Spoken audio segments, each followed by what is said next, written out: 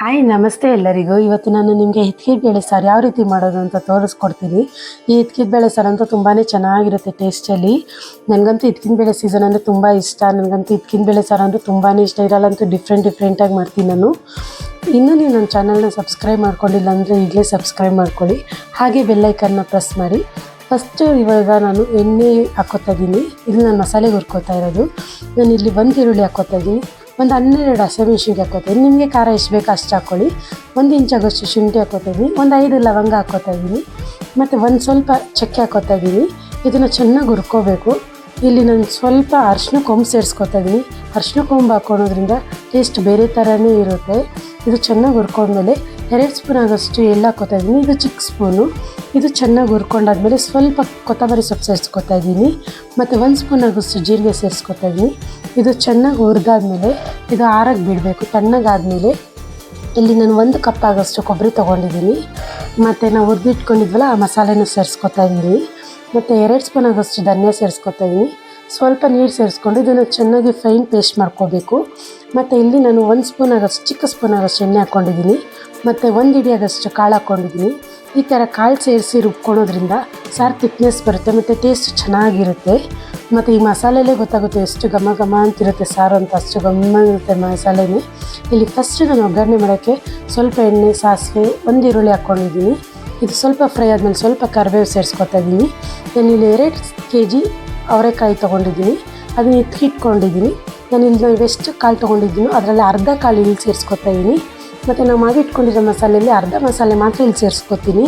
ಈ ಥರ ಅರ್ಧ ಪಾಟ್ ಮಾಡಿ ಮಾಡ್ಕೊಳೋದ್ರಿಂದ ಟೇಸ್ಟ್ ತುಂಬ ಚೆನ್ನಾಗಿರುತ್ತೆ. ಮತ್ತು ಮಸಾಲೆನೂ ಅಷ್ಟೇ ಕಾಳು ಜೊತೆ ಚೆನ್ನಾಗಿ ಹೊಂದ್ಕೊಂಡಿರುತ್ತೆ. ಈಗ ಇದು ಚೆನ್ನಾಗಿ ಹಸಿ ವಾಸನೆ ಹೋಗೋ ಗಂಟ ಚೆನ್ನಾಗಿ ಕುದಿಸ್ಕೋಬೇಕು. ಈಗ ನಾವು ಹಾಕ್ಕೊಂಡಿರೋ ಮಸಾಲೆಗೆ, ನಾವು ಹಾಕ್ಕೊಂಡಿರೋ ಕಾಳಿಗೆ ಎಷ್ಟು ನೀರು ಬೇಕೋ ಅಷ್ಟು ಮಾತ್ರ ಸೇರಿಸ್ಕೊಂಡು ಚೆನ್ನಾಗಿ ಕುದಿಸ್ಕೋಬೇಕು. ಹಸಿ ವಾಸನೆ ಎಲ್ಲ ಚೆನ್ನಾಗಿ ಹೋಗಬೇಕು. ಈಗ ನೋಡಿ, ಈಗ ಆಗಾಗ ಈ ಥರ ಕೈ ಆಡಿಸ್ತಾ ಇರಬೇಕು. ನೋಡಿ, ಈಗ ಕಾಳು ಬೆಂದಿದೆ. ಇದು ಫಸ್ಟ್ ಹಾಕ್ಕೊಂಡಿರೋ ಕಾಳಿದು. ಮತ್ತು ನಾನು ಇನ್ನೂ ಅರ್ಧ ಮಸಾಲೆ ಬಿಗಿಸ್ಕೊಂಡಿದ್ನಲ್ಲ ಅದನ್ನು ಸೇರಿಸ್ಕೊತೀನಿ, ಉಳಿದಿದ್ದ ಮಸಾಲೆನೂ. ಮತ್ತು ಈ ಥರ ಮಾಡ್ಕೊಳೋದ್ರಿಂದ ಏನು ಟೇಸ್ಟ್ ಡಿಫ್ರೆಂಟಾಗಿರುತ್ತೆ ಅಂತ ನೀವು ಕೇಳ್ಬೋದು. ಈ ಥರ ಮಾಡ್ಕೊಳೋದ್ರಿಂದ ನಾವು ಒಂದೇ ಸಲ ಹಾಕಿ ಒಂದೇ ಸಲ ಮಾಡ್ಕೊಳೋದ್ರಿಂದ ಒಂದೊಂದು ಸಲ ಕಾಳು ಹಸಿ ವಾಸನೆ ಉಳ್ಕೊಬಿಡುತ್ತೆ.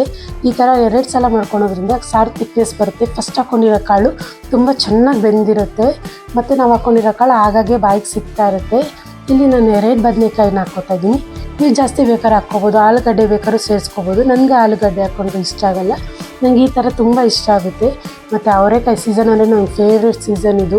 ನನಗಂತೂ ನಮ್ಮನೇಲಂತೂ ಯಾವಾಗ್ಲೂ ಅವರೆಕಾಯಿ ಉಪ್ಪಿಟ್ಟು, ಅವರೆಕಾಯಿ ರೊಟ್ಟಿ, ಅವರೆಕಾಯಿದೆಲ್ಲ ಕಾಳಿಂದೇ ಇರುತ್ತೆ ನಮ್ಮ ಮನೇಲಂತೂ. ಟೊಮೆಟೊ ಬಾತ್ ಆಗಲಿ, ಪಲಾವ್ ಆಗಲಿ, ನನಗಂತೂ ತುಂಬ ಇಷ್ಟ.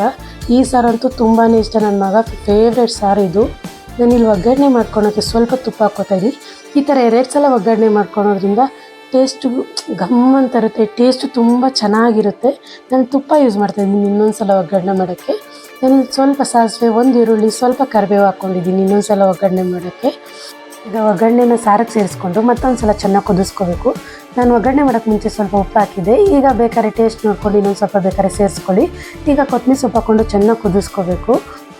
ಸಾರು ತುಂಬ ಘಮ ಘಮ ಅಂತಿದೆ.